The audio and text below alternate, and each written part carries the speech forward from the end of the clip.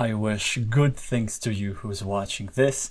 I am Alexey, and this is episode 9 of Speedrun, a series of videos in which I make the journey from complete beginner to Carcassonne master with my secret, or at this point not so secret, second account on Board Game Arena.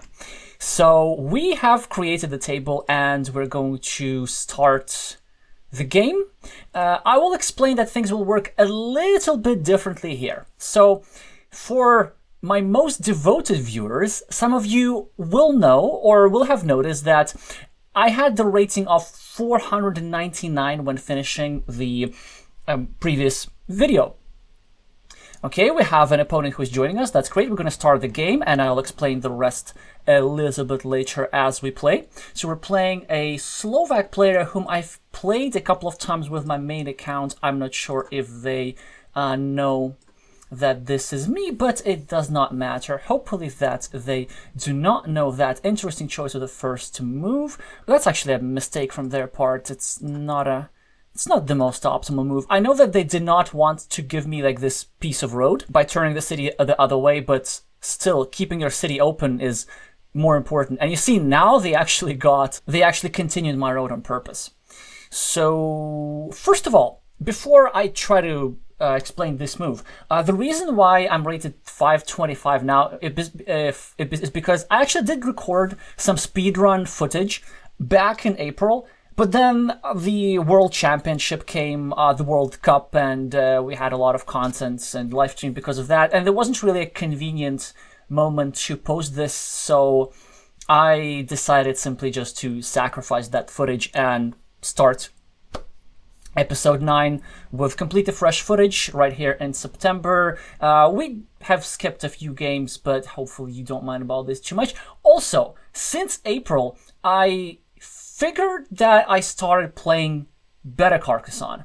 I've been, on my main account, I've been now rated for like 750 plus, I don't know, for probably 2 months straight. Now I'm like hovering around the 800 mark, and I do feel that I've learned some new things about the game. So this should be better than the previous speedrun series, I hope. Anyway, so here I have an interesting decision, right? We can ignore our opponent's city and do this. This is sort of the conventional move. Also doing this is just fine, trying to build a 5-tile city with 2 triangles. However, 3 triangles are already out, which slightly reduces our chances. So I think I'm going to go with my higher variance move, but which is probably also good, just trying to break our opponent's city. And the problem with a move like this is just because they can get 2 city caps anyway, and as a result, we simply ending up prolonging our opponent's city. But maybe that's not such a huge problem. Okay, what do we do here? So I could go here and kind of continue with my plan, but then again, they just finished their city. So I think the best move is actually something like this, even though it's a little bit weird. Yeah, exactly. So they do finish their city.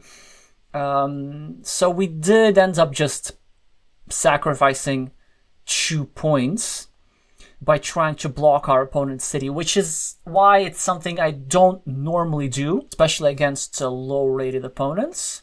So you always want to maximize variance against higher-rated opponents and minimize variance against low-rated opponents. So what do we have here? We can finish this city, or we can continue this city. We're down quite a bit, but it's fine.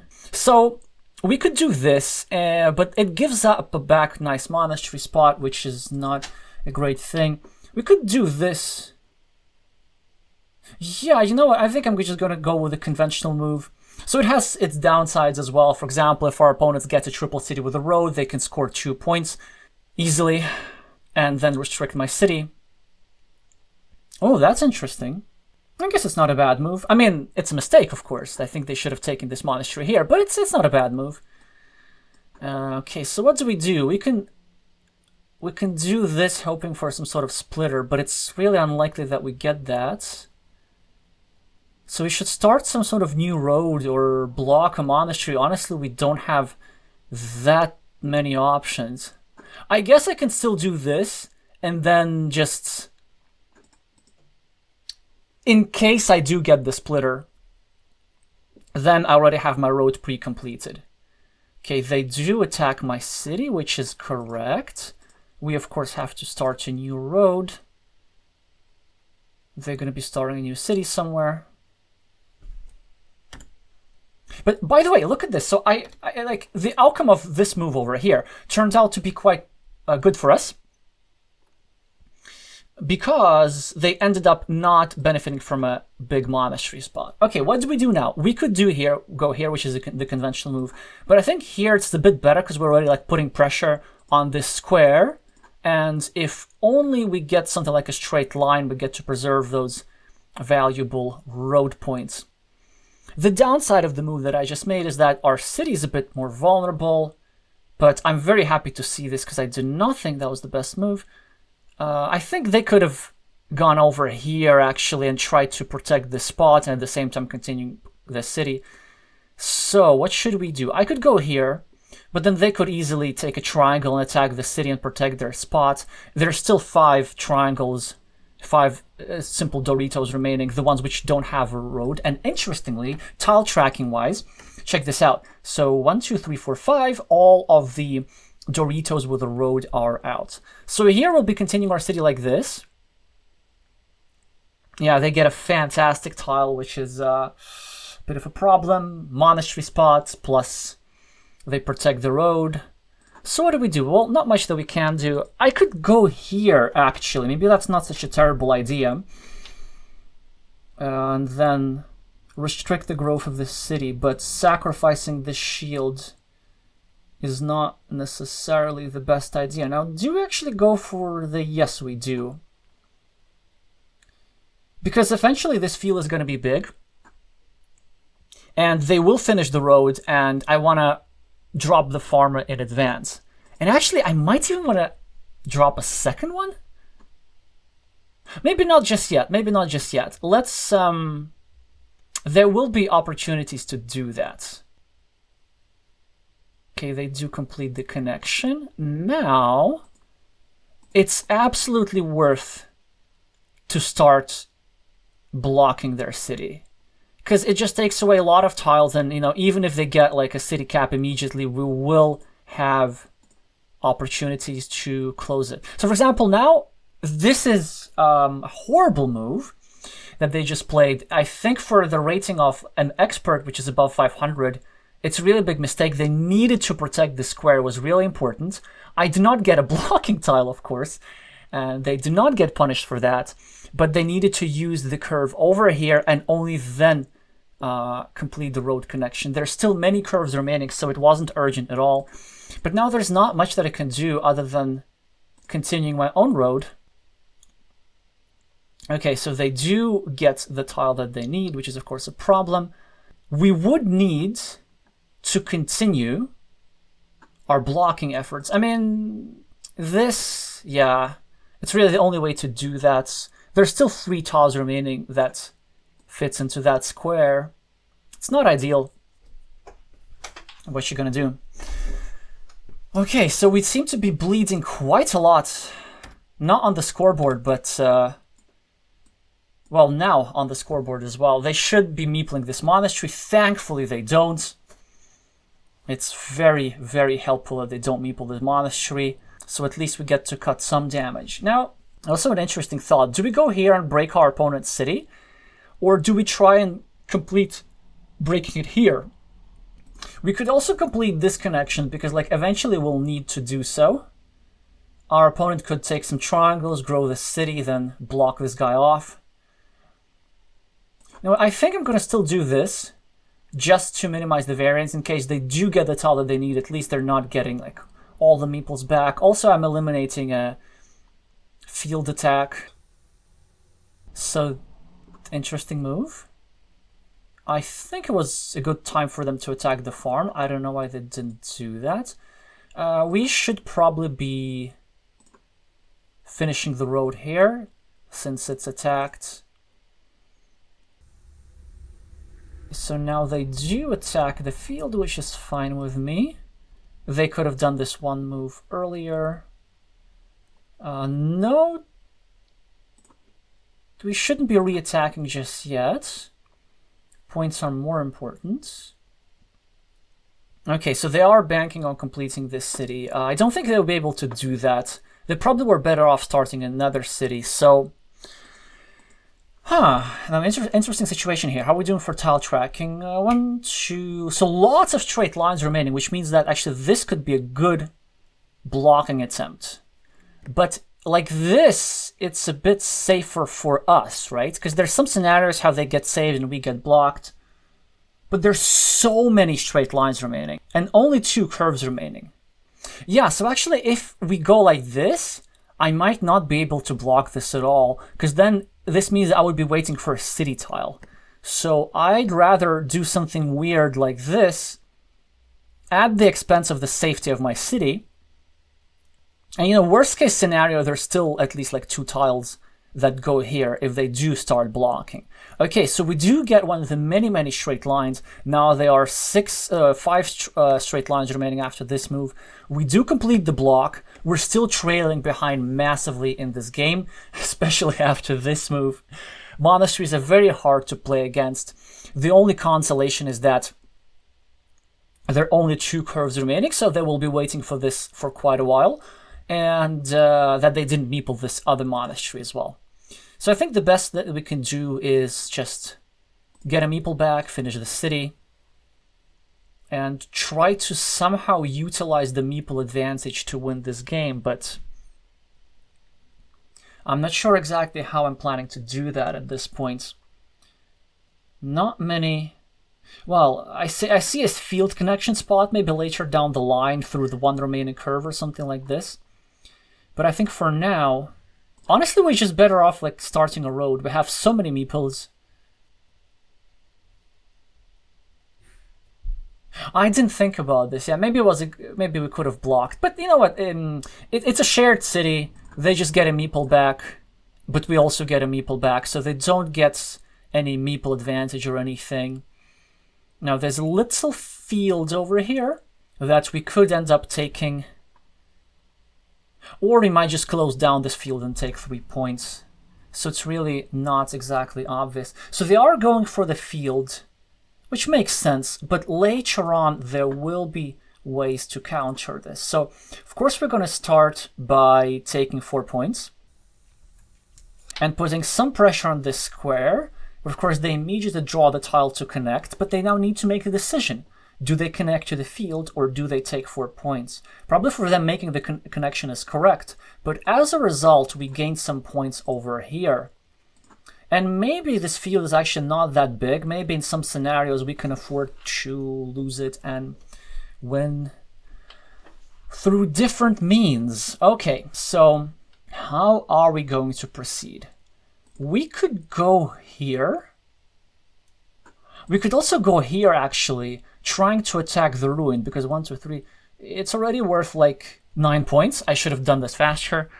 But if we do try attacking this ruin, 1, 2, 3, 4, there will be only 3 tiles remaining to do so. So I don't know about that. They will be able to take a curve and block with tempo. Maybe I'm better off just doing something like this. Also, like, if they finish the monastery, it creates an opportunity for me to attack the city. Not too many tiles for remaining to do so, but it's still possible. And if they put something here, I will be able to block their monastery. So we should always be starting a new city here. The question is, which side do we turn it into? I feel like this should be better. Or should it? 1, 2, 3, 4, 5. So actually, this is the last triangle. Last one. We gotta remember this. If we go here, what damage can they do? Honestly, probably not too much damage from either side. Even though there has to be a slight preference for one of the moves. Yeah, they do get the monastery meeple back. Now it's a big old question. How much do we care about this ruin? It says 9 points. But I could do this. It gives back a 4-point road. I could finish my city over here. Or, given the relatively large number of city caps available, I could go here and start a new one. And maybe at some point I could use like a triple city tile to go here and attack this field. So let's start by doing this. I just want to play as efficiently as possible. There's one curve remaining. Yeah. I obviously should have thought of this. We have to use the monastery spot. It's just too good. Even though there are not many tiles for us to continue the monastery, we still have to use it. Yeah, we need to do some calculation here. Like, the intuitive move seems to scream this. But then how exactly are we finishing this monastery? I see 2 simple city caps, which is not a lot of city caps. There's 0 curves remaining. So I think we need to do something like this, and then either get back-to-back city caps or just simply be okay with not having any points. We could also go here, and if we get a 1, 2, 3, 4, 5, 6, 7. But there's only 1 straight line remaining. We ran out of straight lines also very quickly as well. So there's 1 of them remaining. Well, there are also other kinds of city caps. Yeah. This is the move. Because there's also these guys. There's actually 2 of those remaining. Okay, so you'll be taking some quick points, I presume, which is what they should be doing. Interesting. So they're making a partial block, which I'm happy about, because I can still finish this city. They take some quick points.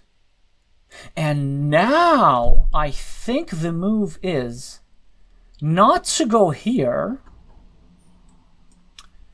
1, 2, 3. Yeah, but to go here and try to get one of the 2 remaining city caps or a splitter. Oh, a splitter is actually super damaging if they go here.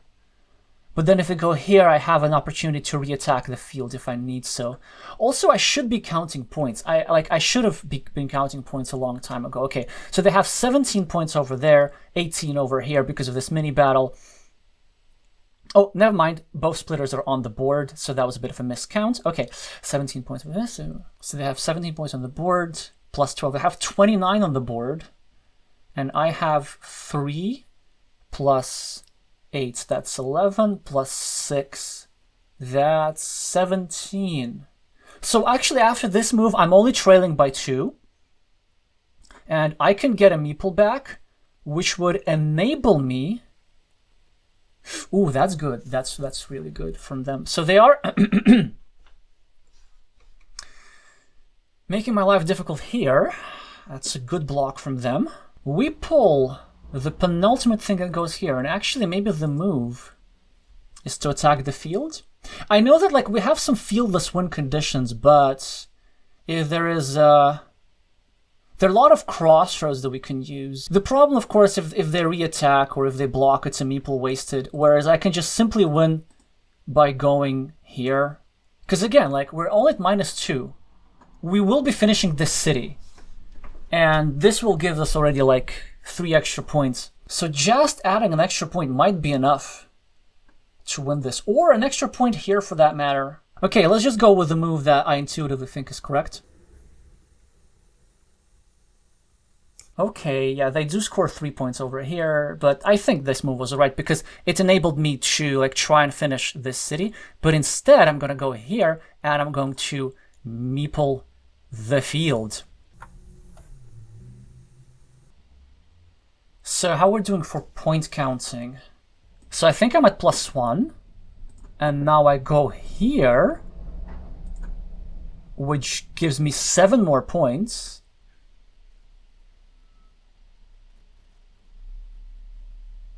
They take 3 points. Yeah, maybe I should have thought about this a little bit more. I think like I will be winning. I could just go here, right? It's a lot of points. What was the remaining tile? There has to be some sort of a city cap. Some sort of a city cap, right? Oh, this thing. There's this thing.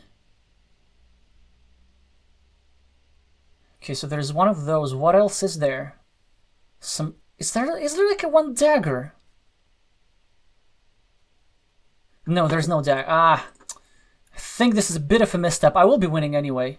Yeah, I knew there was this one. What's the other one? I normally don't do this, but I guess I just haven't been doing speedrun videos. Oh, this one. Okay. Yeah, I just figured that I would be winning, regardless, because I get 6 points on my last move. And yeah, so I got 4 points and then 6. So I'm not sure if my endgame sequence was exactly correct. I was running out of time. And you just witnessed one of the rare instances of me actually not having perfect information about the final tiles. But one thing that I did figure, that there were a lot of city caps. I figured that I could win this game without fighting for the field by just completing 2 last-minute monasteries. Yeah, and we do have a comfortable +7 win, which is why it was a very interesting situation, right? I'm rating, by the way, so they just asked me to rate the board game arena adaptation, and I'm rating this a 4 out of a 5, only because of the notifications for discarded tiles, though should... I'm just gonna keep writing this every time. Notification for discarded...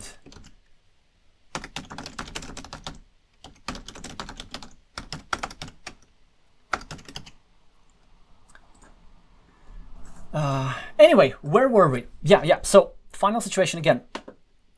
It's one of those very interesting situations where I was trailing by 2 points and I was a meeple down, but at that moment, with perfect play from both sides, I feel like I actually had more winning chances because I had a lot of places where I could get points and retrieve meeples back, and my opponents was only winning if they were to draw a lot of quick points tiles in succession, and they kind of did, but it was just not enough.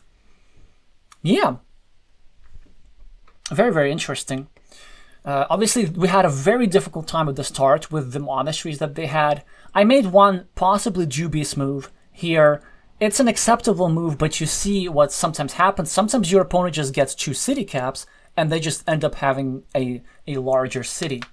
What else? We were the first on the field, which I think was good for us. Even though we ended up losing our field, our opponent had to go through a lot of effort in order to win that field. And actually, we got a comparable number of points as compensation. So first of all,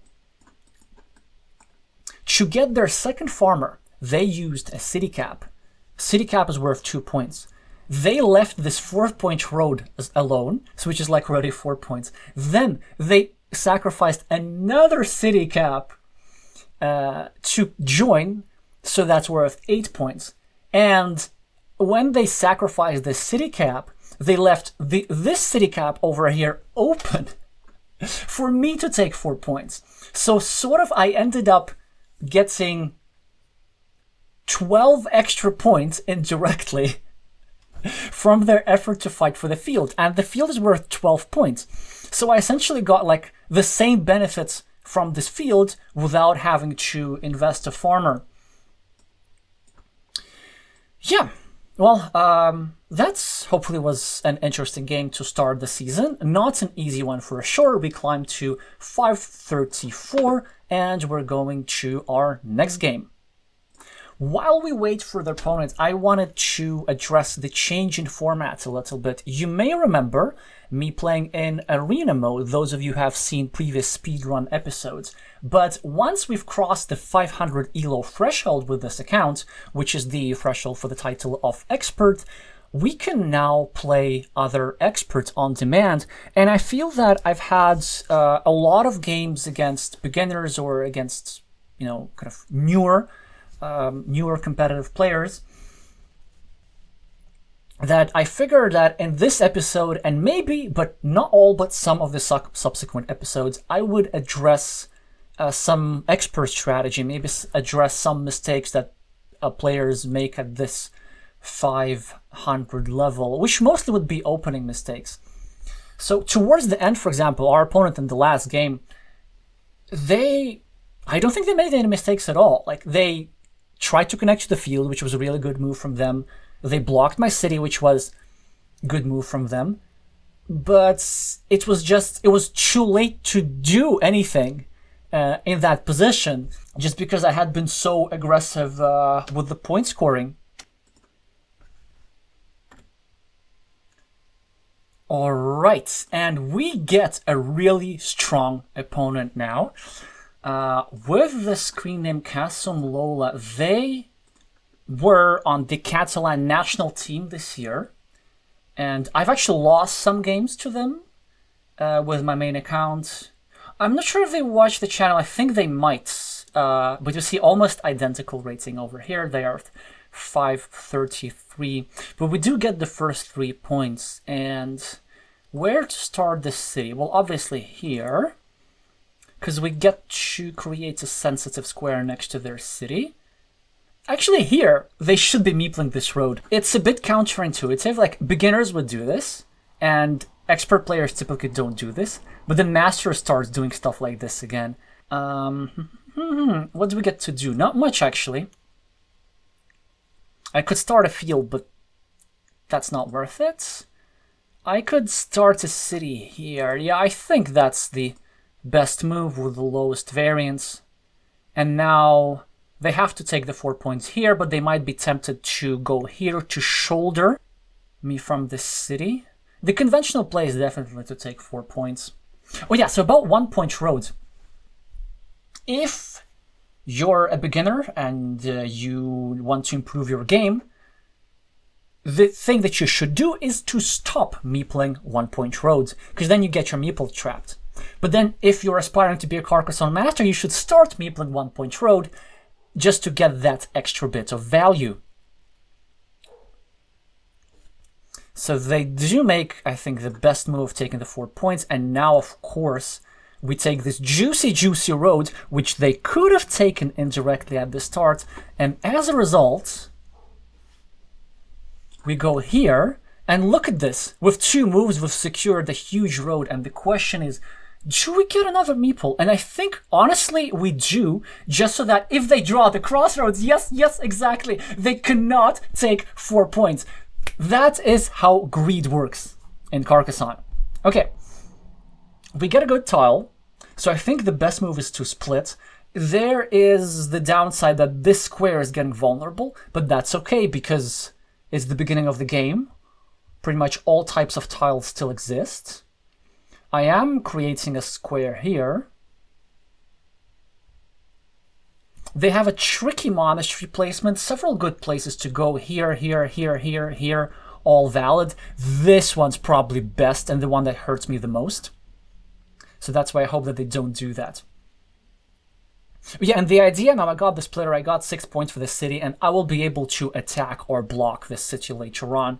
If anything, like this city, this pattern that you can memorize, this 1 city cap plus 1 triple city tile without the shield.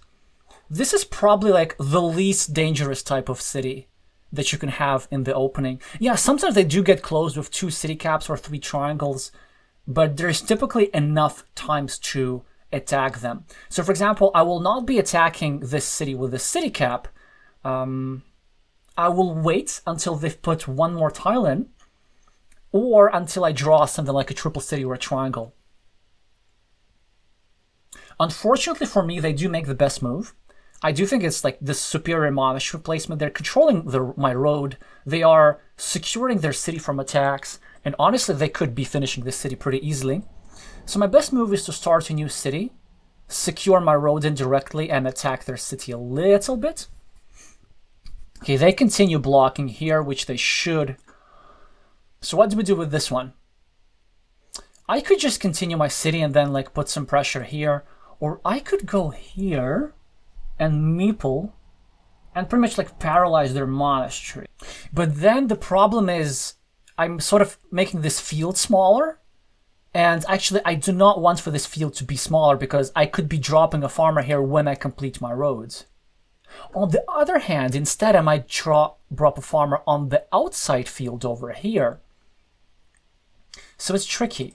This is the high variance move. This is really annoying for them. Let's do that. So let's see how aggressive they are, or how greedy they are. Probably the best move for them is to go over here. They could also try and block my city, in which case I would be forced to defend. Yeah, they do try to attack, and I'm forced to defend. It's only 75%, but 75% is not bad. There's still 2 tiles remaining, and they're also pre-building a road over here, which should be really good for me. So they now should absolutely starting a ring road over here, also breaking my road here a little bit. And now we have to connect to this city and at the same put pressure on their ring road. Interesting question. So I could either go here and get a meeple back, and there's merit, or I could go here and kind of start attacking them. I feel like my meeple shortage does not necessarily allow that. No. I think this is slightly better though. There are a few reasons for this. Ooh, is that very interesting? Very interesting. So they're trying to block it differently. I thought they would turn it the other way and then try to limit it to a quadruple crossroads. Well, anyway, we do get the splitter tile, and this is pretty much like the only reasonable use for this tile. And if they try to connect everything, which is probably might be the best play, I'm okay with having a ruin. It will likely equal the size of the monastery, and maybe I even can threaten the city completion later. Also, interestingly, somehow up on the scoreboard, because I feel like my position is more vulnerable because of this road. Ooh, they continue here, which is pretty good. Yeah, I mean, it's a decent move. They're putting some pressure on this square. They can re-attack, but there's nothing much that we can do about it. We have to go here. We have to meeple this road for defensive purposes, which is why it was a good thing for them that they managed to do this. They're trying to attack, and now, do we go for the content play? The content play is to go here and to try and steal the city away from them. But it's not the best move. The best move is to wait for them to do it and then to re-attack.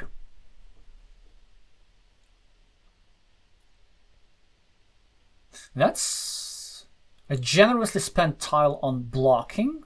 Something that we're typically happy to see. So what we're going to do, we're going to try and block this guy, right? Well, leaving a city cap out in the open is not ideal. But what we're going to do, I'm not passing up on 2 points. Yeah, look at this, we get the blocking tile, so all is good. They do get the defense, but they reduce their options. Well, anyway, we get the city cap, which is fantastic.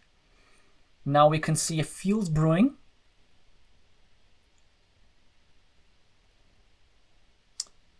They're the first on the field, which is fine. But like an issue that I see for them with this perspective is, from his perspective, like they're down 27 points on the scoreboard. I don't think they can afford to throw around monasteries like this. I'll be just getting quick points. Quick points have a lot of power in this game. That's a very nice move for them to eliminate a field connection opportunity and to start over here. If we're very desperate, we can kind of use a field connection like this, thrown outside of a curve. Wait, what do we do? Well, I guess we could go here, although it doesn't like restrict their city by much. It's something. So I don't really have like other productive moves. Don't think anything in particular they can do regarding fields. Going here doesn't make sense, I think. Yeah, let's just do the... So they're continuing to block my stuff, which is probably fine. Actually, you know what? I have the extra meeple, and it's a threat that will be quite tricky for them to deal with. So let's go here and see what they have to say about that. That's interesting, like how they spent more time blocking than me, but I'm the one with the meeple advantage. Like, none of my meeples are blocked yet. Well, this guy's very close. Yeah, they get a meeple back, which makes sense. We complete a connection over here. And now they will need to re-attack the city as soon as possible. They do that. We get a monastery tile. Not many good monastery spots available, and we do need the meeples. So I think the best move is to take 3. Also, I could do like this, but it's not worth defending that meeple just for 50%. If anything, it's better to make sure, well, it would have worked, but it's better to give them the move, like to, to force them to spend the tile to try and block. So we will be getting the points here. We might even get to finish this, I don't know. They get 4 points for a road, which is good for them.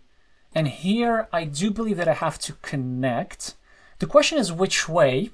This is a bit more defensive, but that way... 1, 2, 3, 4, 5, 6. Only 2 straight lines and... well, 3 regular crossroads, but I need the regular crossroads here. So I could try attacking the field, but I don't think I need that in order to win the game. I'd rather keep things more defensive like this, and if the issue, like if I turn like this, they'll have 2 paths of connecting. Like if that square somehow gets blocked, then they can loop all the way around. So we connect to the ruin. They will be finishing this city, which puts them right back into this game. I get the curve just as I was about to say that we're sort of kind of running out of them. So what could I do? I could go here, but that continues his field. So I'd rather go here to preserve the chance to finish this road with the crossroads. It's not ideal that I'm continuing his monastery, but it doesn't matter that much.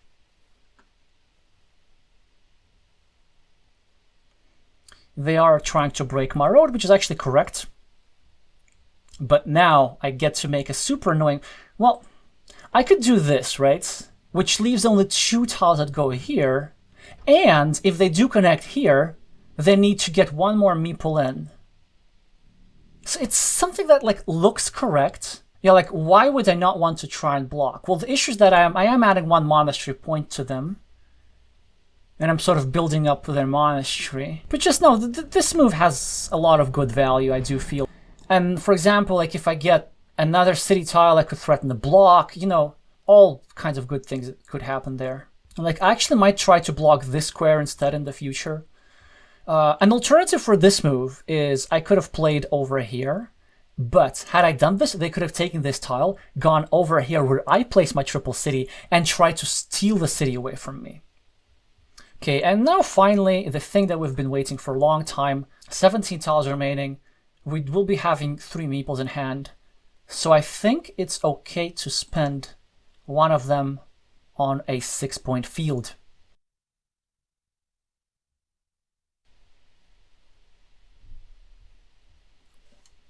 They are taking a 6-point field, which is a big, big mistake. With the lead that I have, how are they supposed to win the game? The only way they can win the game is to either like value every single point that they get, or to somehow win my big city, which is for which they need meeples. They're spending an entire meeple for a 6-point field.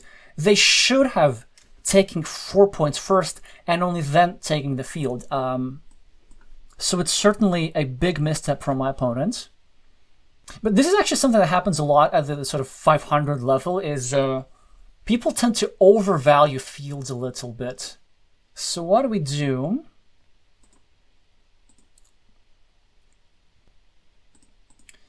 By the way, like, we could do something like this, but it's not very good, right? It's not very good. What is good is to go here, and now to threaten a really, really serious block. So then I have to connect here, right? We already have like the 50% chance of winning this city completely. But now we have an issue. We should do some point counting and figure out what our win condition is. So our opponent, we're plus 23. Our opponent has 8 points for the monastery. These 2 fields are equal, and they have an 12-point field versus 6-point road, so plus 6. They have plus 8 on the board if this ruin is equal. So I am plus 20 points and a meeple, right? So here's what I'm thinking. It's not about points anymore, it's about win probabilities. And the move that I'm considering is to go here just to make sure that they cannot use the last remaining triangle to connect to the city. But if I do this, it opens up another connection spot. They can take something like this and connect through the last remaining extender. So it does not necessarily reduce any chances. So I'd rather go here and maybe try like reconnecting myself. I don't know. Yeah, they do get some nice lucrative points. We do get the last remaining triangle, but they got 7, right? So I was up 22, they got 7, so I'm only up 15. I could attack the field straight away, but I think there were some city caps remaining.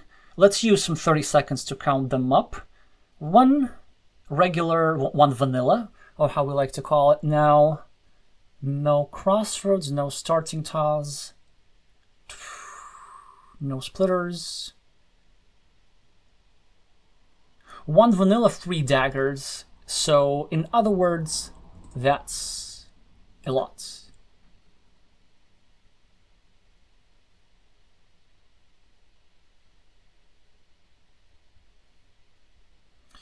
Okay, so we do win the coin flip, which makes things really, really easy for us. Yeah, so we can just place it over here.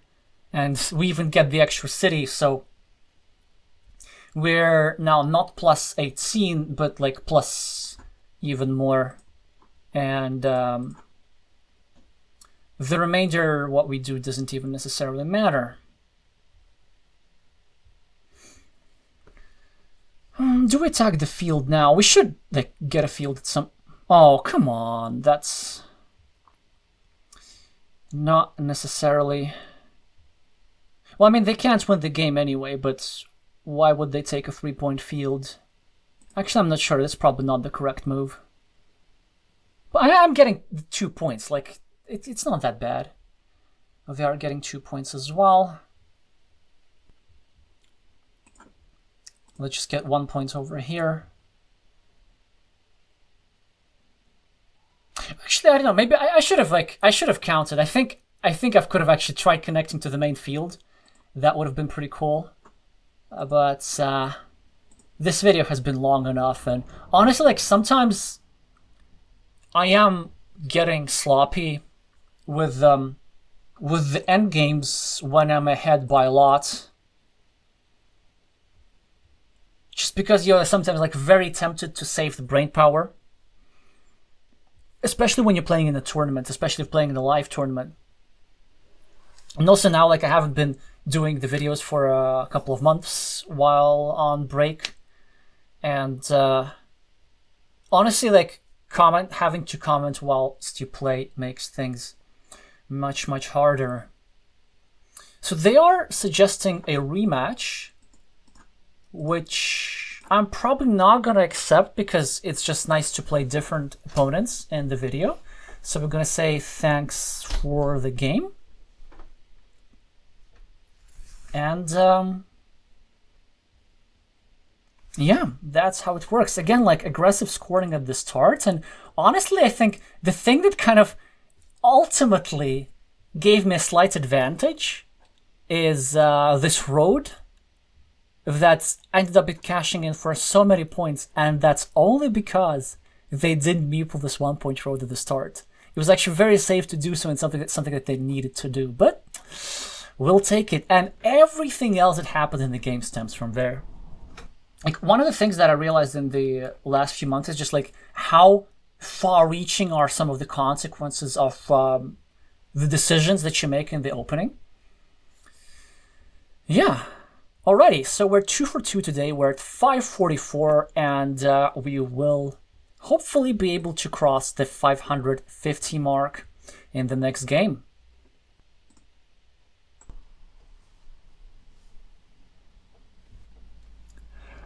Oh, let's go! Let's go! Did you see who we're playing? We are playing the #1 rated player on Board Game Arena at the moment, Nullerheim. I mean, I'm pretty sure he knows that this is me, because he's been watching the channel. Yep.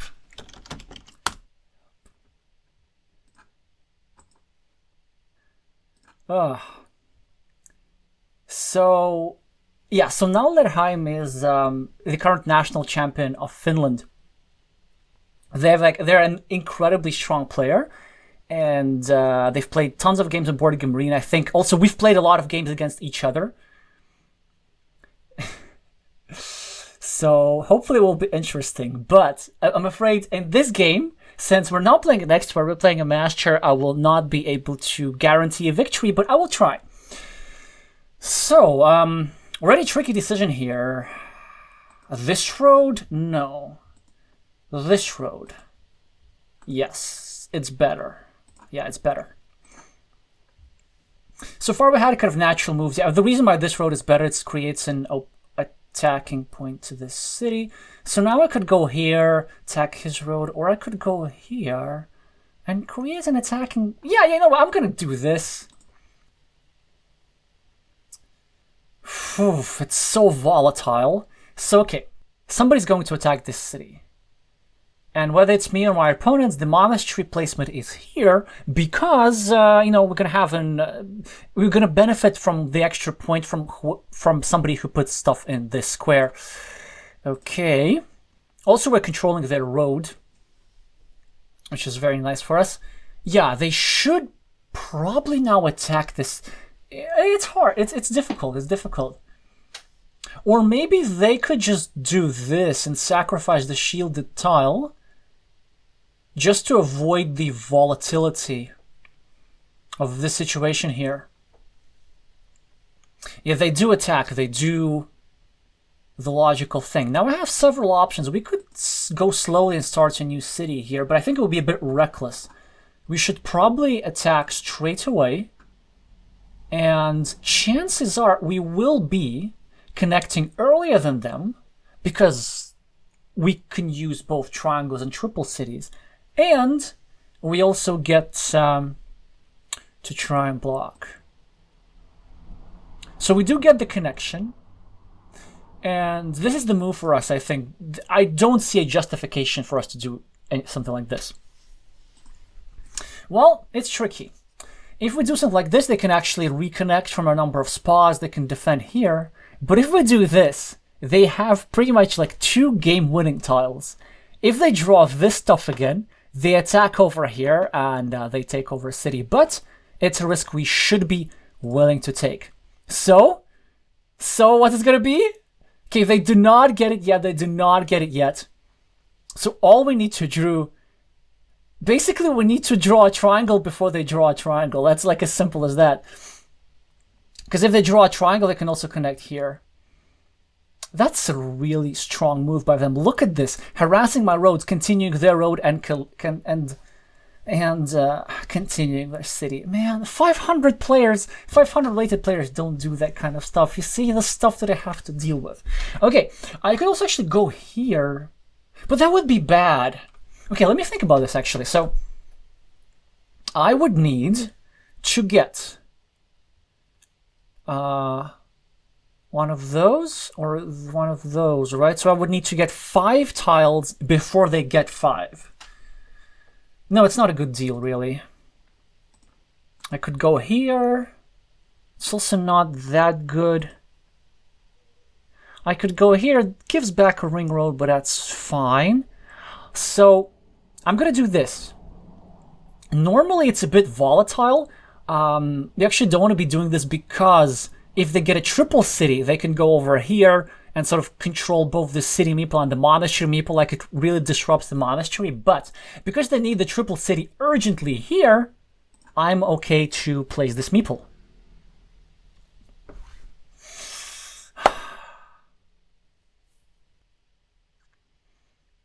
I'm in a good mood now, because this is what you do in order to win against a top player. You need to win some coin flips.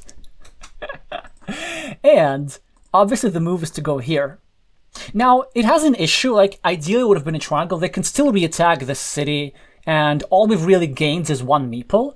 So probably the game is quite even after this, because they're a bit ahead on the scoreboard, and I have, like, some vulnerability with my roads that I need to resolve, but this is still the move. Also, by the way, this connection, they're not dead yet. They can take a triple city with a row, go here, and 2 triangles and go all the way like this. But just having this stuff here, it's like a huge, huge gain for us. Ooh, that's a good move, unfortunately. Well, I'm not sure if it's good, actually. No, I think it's good.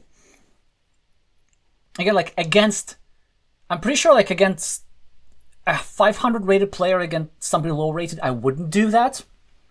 Because it's high variance, you know, what if they draw out this tile immediately? But this delay, it's quite annoying for me. Now, there's some upsides and downside with this move. So one of the upside is that the square for blocking that they're going to try and block eventually, you know, it's going to be created with tempo. They're going to wait for a crossroads or any road tile, take this 2-point road, and then create a platform for block. I will have 1 chance to defend. And even if I do defend, I'm not guaranteed to draw one of the 2 remaining daggers like this. And the downside is that both of these squares are sort of equal. So they can't block with like a city tile or monastery tile. They need to wait specifically for a road tile. Okay, what could I do here? So it's a fantastic tile for me. I could start this monastery. I could start this monastery. Normally, starting this monastery would be good because it controls our opponent's city and road. But actually, in this case, it would be their city controlling my monastery. Because they have no incentive to place any tile here unless it's the triple city with a road tile. So I have to go this and start a monastery here. They do get the thing. Wow, they do get the thing. Of course they're gonna go here. They're gonna be super happy about this. And I told you it was an opportunity. So they can actually still sneak in their meeple. That's just so insane. These things happen. But still, even after that, I'm a slight favorite to draw a city tile before any city tile is good for me here, before they draw a triangle. Now, do we go here with the roads? I don't really want to be sticking it into their city because it's like not helping me. I can't afford to spend my last meeple on this. So I think I have to do something like this. Yeah. And then I could have tried to build this monastery with other monasteries plus city caps. I could also do here, put some pressure on this square and also pre-defend. Because, like, if they take 2 points, this square becomes slightly vulnerable. But, like, all in all, this is still the slightly better placement. Okay, so we do get another monastery, which is fantastic for us. But the thing is, we probably can't meeple it. Because I'm losing value from so many tiles. And I would need to draw... So if I go here... I only, and if I meeple this monastery, I only have like 3 tiles here. So I have 5 tiles to get a meeple back. It's just really, really bad. So I think I have to go here and forego the monastery, as painful as it may seem. They do get a fantastic tile to take 2 points. Oh yeah, also one of the reasons why I'm not meepling this monastery is because I'm preserving my last meeple for another monastery. So they take 2 points like this. And the idea is that they're sacrificing some blocking probability just so that I don't get a ring road in case I draw a defense. And now I have 2 moves. Of course I could do an indirect defense like this, but it's not good. Because it's not a complete guarantee to defend. And of course this is just so much more important. I will be losing this meeple, which is a shame. But what can you do? So, what can we do? We can go here. It does give him back a 3-point road. But the good thing about that is it is quite annoying to deal with, right? I could also go here as well because there are many tiles that fit here. I will immediately get something good. Yeah, I think this is the better move. So I am losing value in case I draw a monastery, but that's about it. Okay, they go here. And we don't really have other options. Now we have to do this. And just hope, try to do some blocking. Okay, that's easy. They try to block. We defend. Still 4 tiles remaining to fit into that square. So, ooh, they drop a farmer. Yeah, sure, that makes sense. So we do get a good tile. We have to be finishing this road. Do we meeple this monastery? Yes, because it controls this road. And at the moment, we don't need meeples for other stuff, because this field, I feel we can still... We can keep it small. And if we want to finish this monastery, we will be forced to add 1 point to our opponent. But that's not such a big deal. Because if anything, I just want to try and block this square. Yeah, so what do they do with... Very interesting, yeah, that's quite a strong move. Yeah, actually, it's really strong. You see it has like several things. First of all, it indirectly continues the road. Second, it's much harder for me to block. And if anything, if I block, then this means that a crossroad goes here, which is exactly what they want to put there anyway. And most importantly, when they, or I for that matter, complete this city, they will do so without connecting a platform for entering the field. So many things happening in just one move. Okay, what do? I should be taking some quick points. Like here's a good option. I could go here to restrict the field a little bit. Although I kind of feel I would need to fight for it eventually. Or I could go here to create a 3-point road, banking on the fact that they would need a crossroads in 2 places. So they would either need to score the 3 points, or they would need to get their stuff back. And they might be more inclined to score the... They might be more inclined to get their stuff back. Okay, I think I'm gonna go for...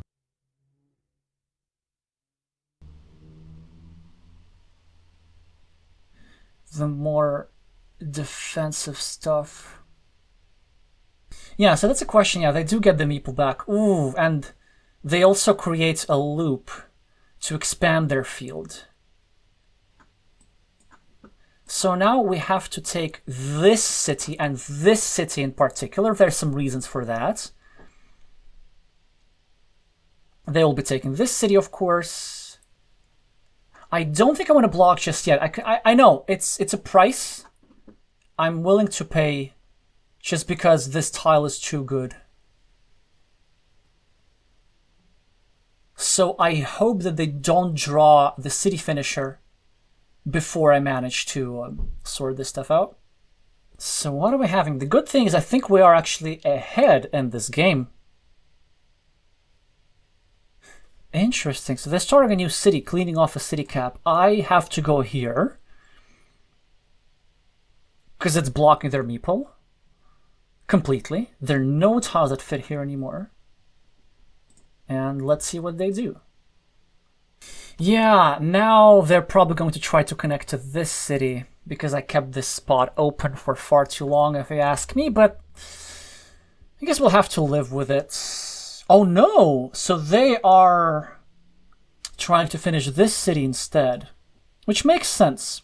Now the question is, do we go here? Which would leave them 5 tiles to complete this city. No. And here also, like, no, I don't think we can afford to spend a move on blocking. We could also play something interesting. We could go here and drop a farmer.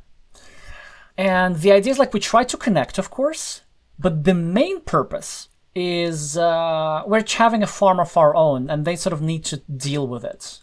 An alternative is just to get one monastery point, try to get a meeple back eventually. Also, there are like very few curves remaining. And if they do try to pull off the trick when they expand their field, then we can try connecting. Yeah, because there are a lot of straight lines. 1, 2, 3, 4, 5. Then I can get like straight line plus triangle. Something like that. Let's just go here first. Let's just get the point. I didn't think about this. But that's okay. I could go here, but this makes my city really vulnerable. Or I could go here, actually. And if they finish, that's fine. I will just continue my city. But it's a weird pattern, though. Like, with these triangles, it's very often that you start a city and then you get blocked. I kind of have to do it, though, because going here just seems a bit reckless, right? Is it, though?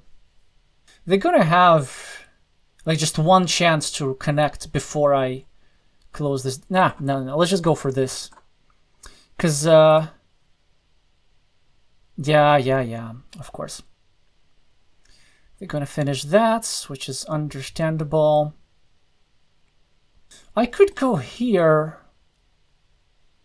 Maybe I should go here. But then my city is easily blockable. It's easily blockable anyways. No, I think I actually go here, try to get a meeple back. This is the last triangle with the road. Yeah, I knew he's gonna do that. Ugh. Well, we sort of have to do something like this, don't we? Because here we can just continue the city with caps. I know it expands his field by a lot, but I could fight for this field. Even though I'm down meeples. Or I could hope to block this stuff. Yeah, no, I feel I have to do this. It's just too many immediate points to pass up. And also, this tile creates a field connection opportunity, which I might choose. Then I'm going to get a meeple back, and then I'm going to assess what I need to do to win. So I might need to cover up this city at some point. Yeah, exactly, because he's going to do stuff like this. But at least we get some compensation. 8 quick points are not to be sneezed at.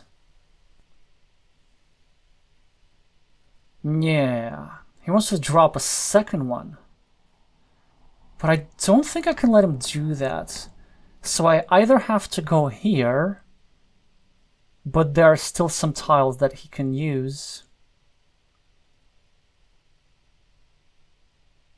Or I can try like connect to it myself. I don't think I can go here. This one we're gonna need 2 city caps. It's if we want to see that meeple back again. So if we do this, he has like 3 tiles that fit there, then maybe gets a chance to block or something. If we go here, he has too many tiles to my liking. Also 3. Then he gets meeple back immediately, so it's a bit worse. Actually 4 tiles, so that way we're giving him 4 tiles, because there's 1 of those, 2 regulars, and a splitter. Yeah, I think we have to go here. It's like uncomfortable that we have to do that, but he could try blocking me, but he blocks me, I block him. How we're doing for points, by the way. It's something that I should have asked myself a long time ago. So assuming that he equalizes the ruin, I have 4 points for cities, he has 5, so we're at -1, which puts us equal. And I have 2 monasteries for 16 versus the 12-point field. So if everything stays the same, I'm kind of at like +4. But the thing is, he is threatening to finish the city. But then if I finish my monastery, I'm up on meeples, which is really nice. I know what he's thinking. Oh, like that, huh? Very, very interesting. Okay.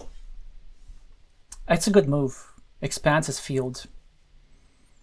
If he can hit that, it will be really hard. Now. So what can we do? So we can do something like this and try to break his city completely, which honestly could be a good idea. The downside is that it's adding points to him. We could go here and sort of give up on this city, which might be a good idea, because if I get like a city cap with a road, of which there are 3 remaining that fit here, I probably need to clean up this one. And I think trying to finish this city is too much. He completes the connection. We get a meeple back, and he does get this meeple back, which is very, very tricky for me. I have 10 versus 12 on the board. So I have -2 on the board. Wow, another farmer. So with this move, he gained...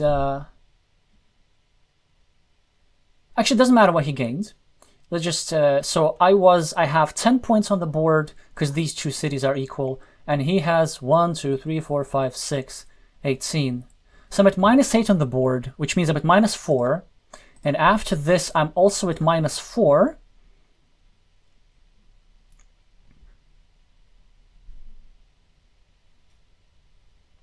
Now I'm at -8, and interesting decisions are happening.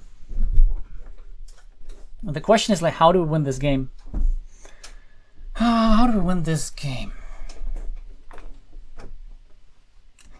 I could actually just attack this field. I could try and unify his field here. I kind of would be spending 2 tiles to score 6 points. He'll probably go to getting this stuff. I could try and drop a farmer here myself, but then because I'm at -8, it only gives me 2. And let's say if he connects this here, then I can drop a farmer there as well, yeah? I hate adding like 2 points to him. Okay, you know what? Let's make it interesting. Let's go for the field approach. Let's see what happens. Oof, now the big old question. So obviously we need to do something here, but do we connect here or do we go for the 75%er to get one of the 2 straight lines? That's blockable. I think we should do this, and then if he tries reconnecting, which he will,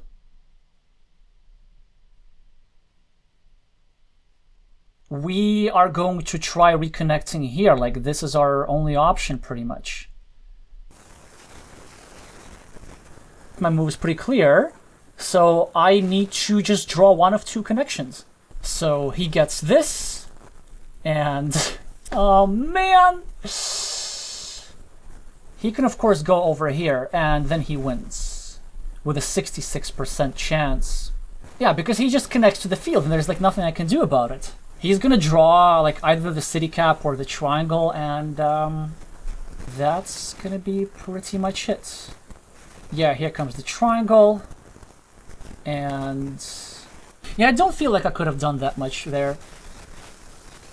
Maybe could have gone for the 75%er. No. I feel like just what needed to happen happened. Because the thing, like, with this... So here was my logic, right, when I was trying to connect here. It was, if he follows through with the plan that does something like this, then I get to draw something here that threatens the connections on both sides. But the thing is, I didn't. I drew this closed tile that threatens the connection only in one spot. Look at this, we lose by 1 point. Of course we lose by 1 point. How else could it be? Now, well, hopefully that was some interesting content for you. I'm not sure if I misplayed this endgame or not.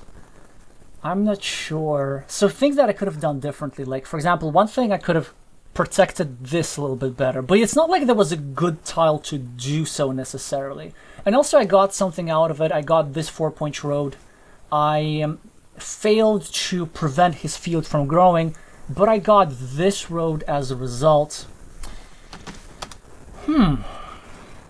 But here's the thing, like, so I'm not sure if going for the field was correct, but if I don't go for the field, he can draw this stuff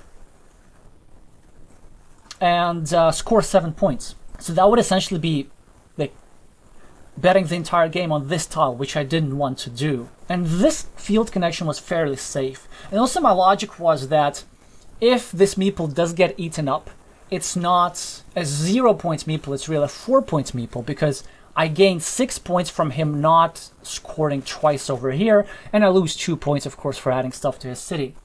And there were chances for me to reconnect. So I don't know, like in terms of win condition, I guess that was correct. Do let me know in the comments if you would have done something different than like the game. Certainly was a very difficult one. And it's kind of like very difficult playing against an opponent who doesn't make mistakes. Like I was honestly, like anything that they did in the game, I didn't notice anything wrong about it. Well, one thing that I guess could improve is tile counting, but hopefully as I make more speedrun videos, I start counting a little bit faster. Alright, we have to do a final one for today. I was planning to do only 3 games, but even though it was probably very interesting for you to watch, I want to finish this session with a victory. It's the first video of the season. I wish good things to you who is still watching this. I am Alexey from the editing room, and unfortunately the audio sort of became messed up for the rest of the video, but I did play one more game in that speedrun episode. I'm not going to be uploading the live footage just because, I don't know, the audio is kind of annoying and it will be a little bit difficult to increase the quality, maybe impossible to do so, but it would be a shame to throw that game away because there were a few interesting moments and moments that can be quite instructive. So instead, to conclude the speedrun episode, I'm going to show you the one extra game that I played in replay. So here we're playing against a player whom I had not played before, even with my main account with a screen name Bug Jumper and the flag of Bhutan next to their name. I do not believe they are actually from Bhutan or if there are any competitive Carcassonne players in the country of Bhutan at all, but I certainly see how they could have selected that flag because Bhutan is a country of beautiful cities and landscapes, which I would say compare to Carcassonne in the way in which they're spectacular, so they could possibly inspire a board game in the future. But anyway, so we're playing this person whom I'm playing the first time, and we get to go first. They're rated 532, which is an expert level rating. They start a new city, and I think the placement is actually a bit off because they're leaving a city cap out in the open. It was better to put the city cap like somewhere here on the left and sticking in the other city cap here so that it is a bit more restricted. So that's a bit of an imprecision. It also gives me back a fantastic monastery spot next to here. I get 4 points. I pre-build a 3-point road in the future. So either I take it in the future and take 4 points, 3 points for the road and 1 for the monastery, or my opponent takes the road, but then I control it with my monastery meeple. Also, I control nicely a second monastery spot. And let's see what happens here. They try to steal my city, which makes sense, but then I get a second monastery, and with that already a big opening advantage. Now, what could they do about that? They will be just fine if they maybe like draw a city cap and then steal my city, but one extra thing that they could do to compensate my monasteries, it's something that they're not going to do right now, and I'm going to stop at this moment to just going to show which kind of opening mistakes are really, really common at this sort of early expert 500-ish level. So yeah, what would you play, by the way?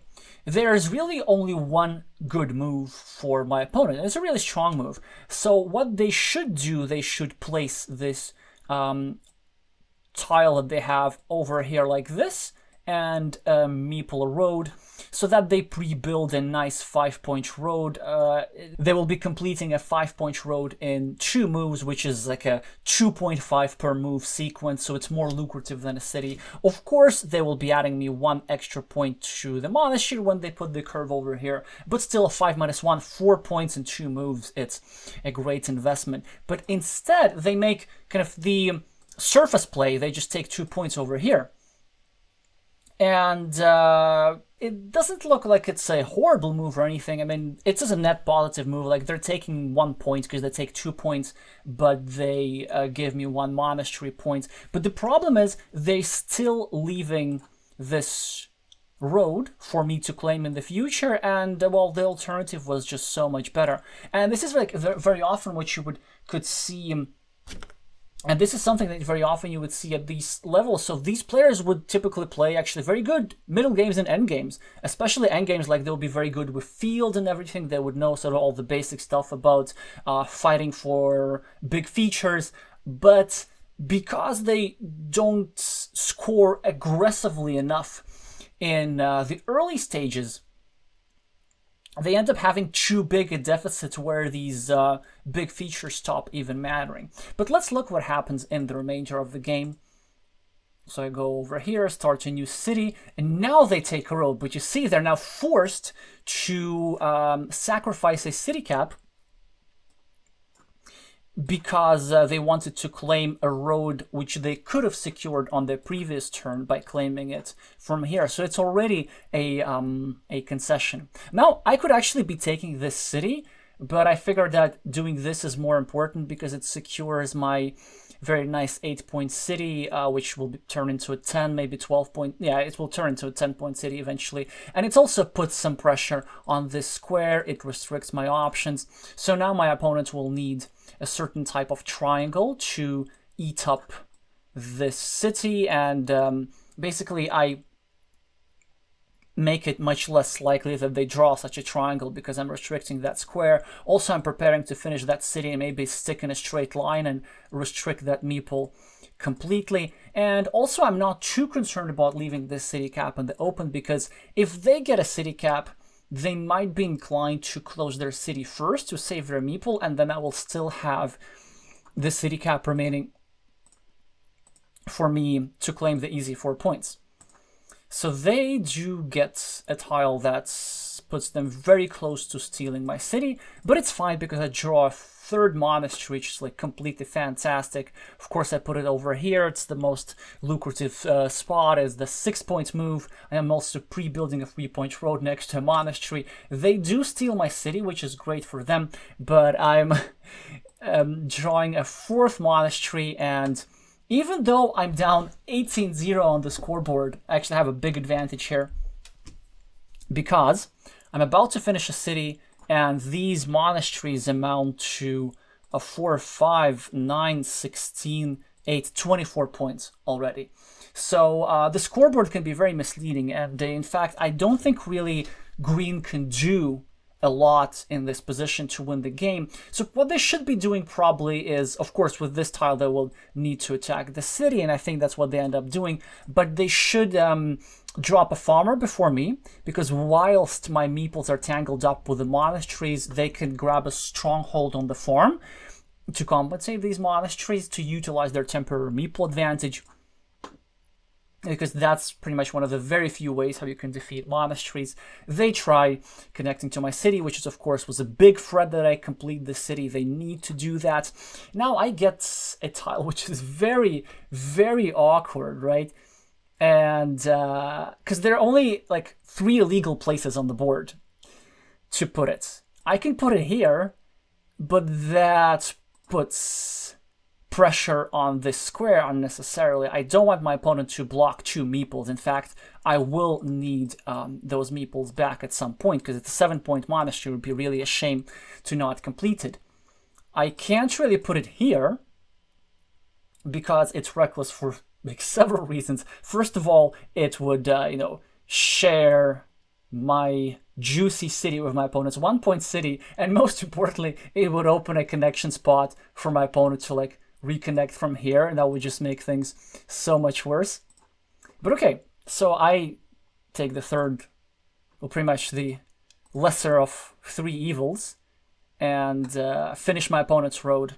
Of course, I have to drop a farmer because it's going to be a good farm. Like typically on boards where there are 2 or more monasteries nearby. Those boards are quite open, and well, because of monasteries, it's just all green, right? Monastery just one big field tile, so there's a lot of space to fit their cities. There's already one, a second one is coming, and also you have to notice that there's this city cap over here, so likely this will be part of this field, and there's a city cap over here as well. And once this road is completed, and either myself or my opponent, yes, somebody will do that, then this sort of loops all the way around, and this city cap will be in the field as well. So they now start blocking my monastery. I need to do everything I can to save it, so I put this tile here. They take 3 points, which makes actually sense, even though it's a negative scoring move for them, because they get 3 points and they give me 2 points for 2 monasteries. Okay, it's not a negative, but it's like it's on a net 1 point move. They're doing so simply to prevent me from drawing a tile that I drew and scoring those 3 points in that place. Here, it's a bit of a tricky decision here, but I actually decided to start a new city, and I'm pretty convinced that this is correct. Cities like this, with a triple city shielded tile in the middle, are quite underrated in Carcassonne, and if you look how the top players are playing, they very often meeple them even when just one tile like this is available, because I can easily finish it with a bunch of triangles and triple cities. And also, if I try to do that, this will make sure that I will be able to use triple cities productively in the future, because the triple cities like this without a shield is a typically clunky tile that you can't put anywhere, but I will be able to put it over here and then threaten a lip-shaped city soon enough. Also, I have a potential to prolong my cities like this and incorporate this city cap, and the worst case scenario is that I will end up with a like 8-point ruin or something like this. Another reason why I chose this move is that later this field will become important, and this is a potential field entry spot. And once I put this tile over here, it becomes much harder for my opponent to enter, because I don't know, they could drop a farmer here like this, but if they do this, this like spot becomes super blockable, so they wouldn't try an entry like this necessarily. Well, anyway, we now trade some obvious moves. I get a tile which is difficult to place, but I actually get to make a productive move. I get to pre-build a road, which means that if I get the chance to finish my monasteries, then I will be meepling that road immediately. And they can't meeple that road really, because if they put this tile over here, they would be finishing my monasteries. And also now they drew the fourth and last starting tile, which means that if they put a piece of city over here like this, then this square will be completely blocked. So unless I draw a road tile soon enough, 2 of my monastery meeples will be blocked, which will be not very good for me. But they start a new city for now. Actually, that's a bit of a mistake. They should be meepling this city cap. Just, they have 6 meeples, they should be spending them. And now I continue with my plan. I finish monastery, meeple a 5-point road, and now I have my position completely sorted out. And even though I'm down -12, red is the one with the advantage in this position. It's not even a question. But green can win this. They could just use their temporary meeple majority and win this field outright. Like, that's how they should be winning this game. I get to change my plans regarding the ruins now. I decided to prolong my cities like this, as opposed to threatening the lip shape as I suggested earlier, because mainly I just wanted to clean off this city cap and make sure that my opponent doesn't get a chance to have 4 easy points by continuing this city. Also, later on, I'll incorporate this city cap into my city, so it's like an extra point lying around. And if I really get desperate, even though the city is getting like longer and a bit clunkier, there is a sufficient number of triple cities still remaining that I can go like this, and threaten the completion of this city anyway later down the line if that proves necessary. So they take some quick points, creating some more fields. I finish my road, just trying to get a meeple back. they actually make a good move. They start a monastery next to my 2 monasteries just so that they know that they can freeload of this square and this square, because I will be interested in getting those meeples back and I will be continuing monasteries regardless. But at least they will get monastery points as compensation when I do this. So here, I think I may have started a ring road. No, I decided to get meeples back. Yeah, because just having meeples in hand is important for open positions like this. They drop a farmer as they should. I score quick points as I should. And there's actually now this big threat over here. They draw a triangle, and here in this position, they should absolutely be dropping a farmer, and then my position becomes a little bit tricky. They can either connect through this or through this, and it's very, very hard for them to for me to block both connections. And also this field, even though it's quite big, it has very few connection spots because I actually took care to block some of these connection spots earlier. So whoever gets the meeple here actually has a really good chance of having a stronghold on the field, and this certainly would make life a little bit difficult for me. But they make the crucial mistake of the game and they do not drop a farmer. This is also something that some players don't do. I mean, typically at that level, like, players are very good with field, and also later actually they will be playing very well with fields. But like, many players know how to attack the field where you are 1 square away, but very often players overlook the opportunity to attack the field when you're 2 squares away. Again, this is one of those things where like beginners do too often, but early expert players don't do often enough. Here we have several options. I could just take 4 points, which is probably the best move. I could maybe grab this field here because it's quite sensitive, quite sensitive. But the problem, if I look at this tile, right? If I grab this field over here with this tile, then it will drop a city cap on the field, and a city cap creates another connection platform to the field, sort of rendering this meeple kind of useless. I could also drop the tile here,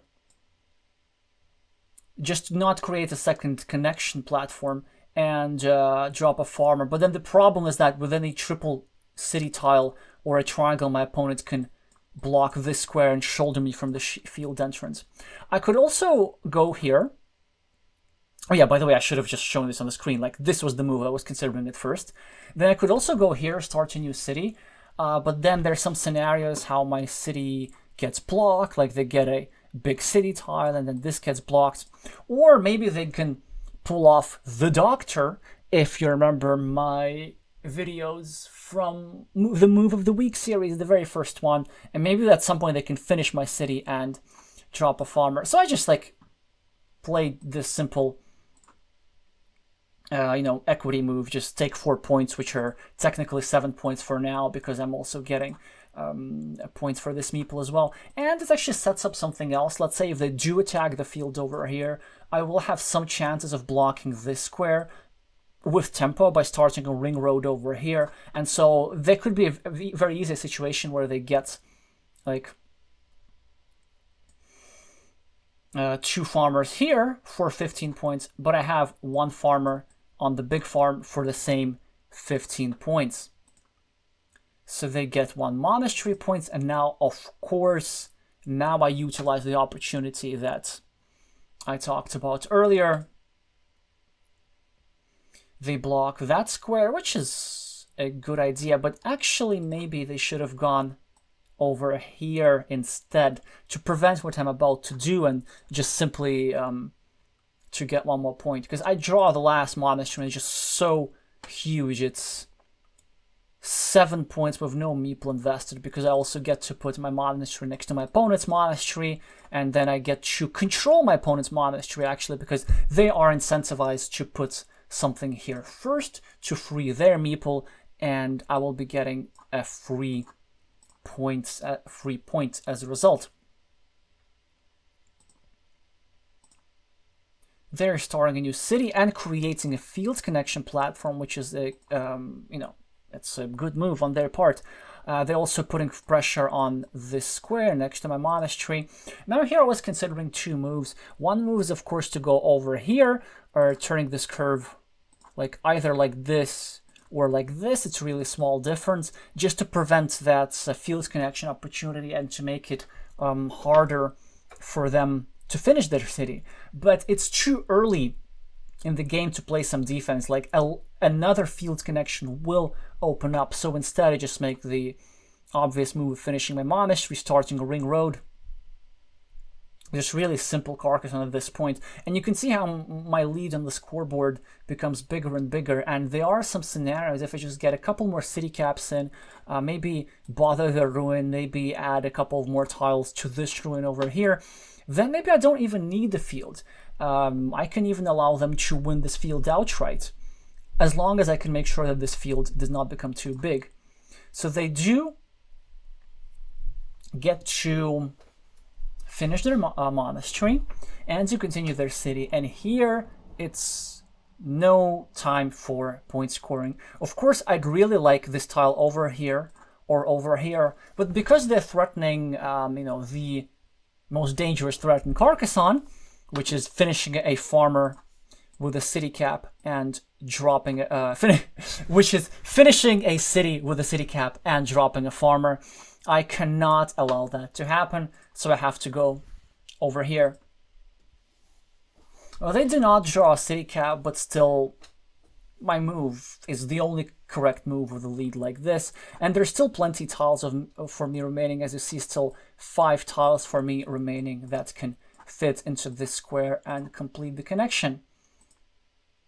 So they go over here, which is pretty interesting. It's actually a decent move because you see there are 4 tiles still that fit into this square, so it's a good defense. They're also putting some pressure over here on my meeple.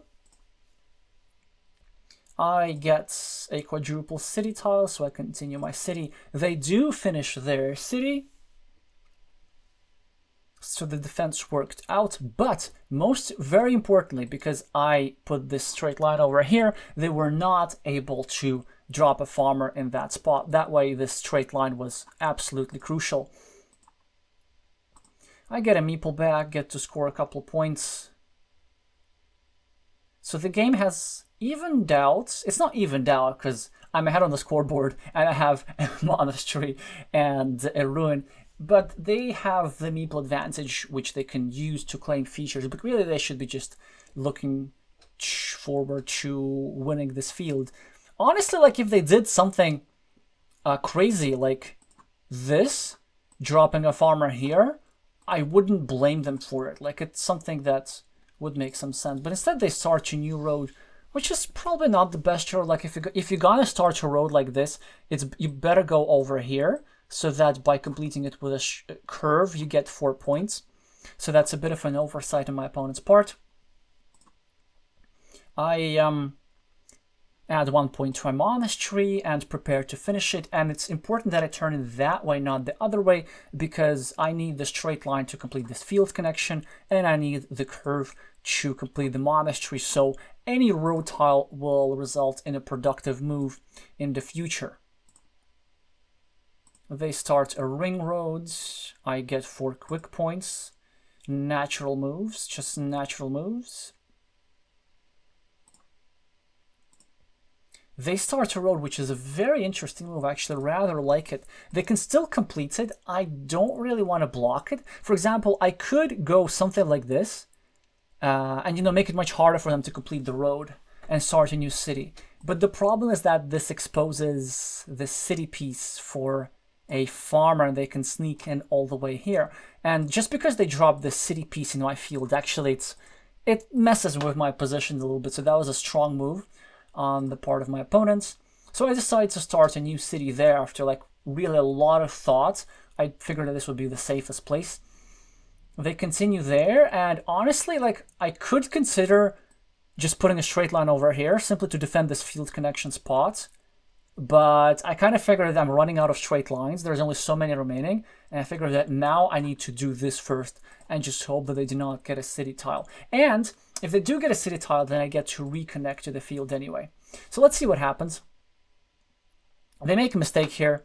I think they should have just gone here and dropped a farmer, because they're sort of kind of trying to block this connection square, but like, what does it matter? Because this is a 15-point field which is shared, so it's essentially a 0-point field. Like, if we complete this connection, it doesn't change the situation in any way. Their move does have some merits in the sense that it sets up another field connection, because if they draw a city cap over here, they can place a farmer. But then, like, why not just use the city cap, not the city cap, but the city piece that they already have, and connect to the field like this? Well, anyway, I finish my monastery. There's some downsides, like there's a field connection opportunity if they get back-to-back curves, but you can't be 100% defensive in open positions like this. And now they make a strong move.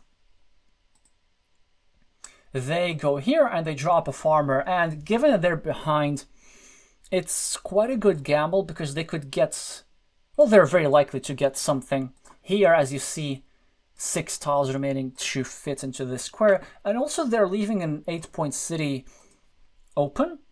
But even though I'm the favorite to claim that city, because I will have the first move after them, it's quite a good idea to have more variance in a position where they're losing. Like, for example, if they take these 8 points for the city instead of me, then suddenly I can't afford to lose the field anymore, which is why this draw of a city cap is huge for me.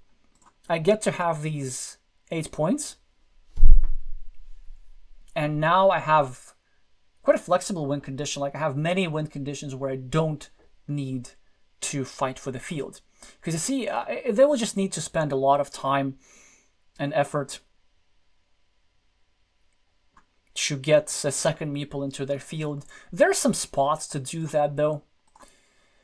Here I was debating. I mean, I'm not going to upload the actual audio because it's a bit messed up. Yeah, that's really unfortunate. But like, what I would normally do in this position is simply finish my city,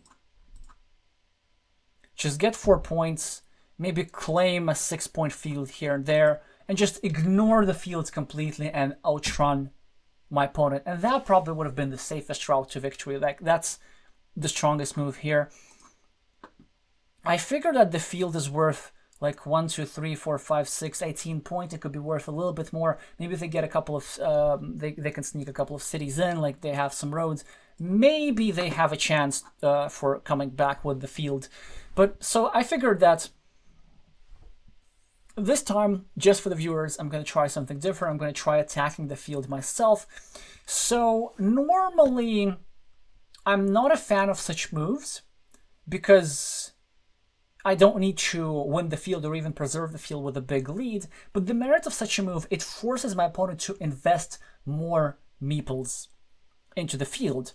And if they are focused on the field, this means that they cannot score points in other places. And in order to win the game, they would need to both win the field and score points in other places.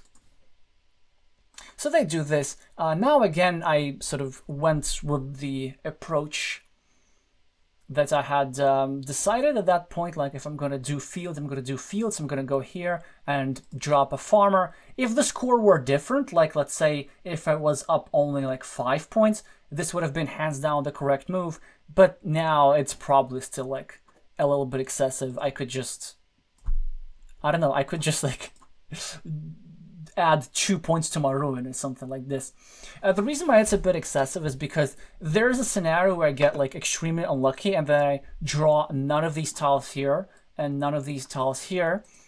And even though it happens rarely, it's a non-zero chance of that happening. And when you have a big lead, you don't want to have almost 100%. You want to have 100%. Anyway, so they do this. Take 3 points, which makes sense. I also take some quick points. Oh yeah, I decided to take quick points like this. because I later get to have another city cap, perhaps. Yeah, now they connect. And I score 7 points over here, which is essential. And here they make a bit of a miscount, because they very quickly went over here and chopped the farmer. That is in fact a very good move, because it blocks my field connection. But they didn't have to burn a farmer, because this square is already blocked. So it's just simply a case of miscounting the tiles. And actually, if you look at the remaining tile pool, which, if I'm completely honest, like I hadn't entirely in my head because I was too focused on the commentary, there's actually one straight line remaining and we're flipping for it. So they achieved what they wanted. They will be, if they draw the straight, not the straight line, but the curve, they will put it over here, and this also means that I will not be able to put it over here, and they will have the majority on the field. But just because like I didn't go crazy on the field after this move, which by the way wasn't completely crazy because it also scored 3 points at the very least with that farmer, I then shifted into point scoring mode just to have enough of a margin to secure the victory. So yeah, I decided to take this city. I'm not sure why. I think actually I had miscounted. Yeah, I had miscounted. I thought there was a city cap remaining, or there might have been a city cap remaining. Or maybe I was low on time, and I figured that I need to prevent the disaster scenario on which they draw a city cap and score 12 points. This would be 12 points because it would be 6 points for the city, 3 points for this farmer, and 3 points for this farmer. So that was just an entirely defensive placement.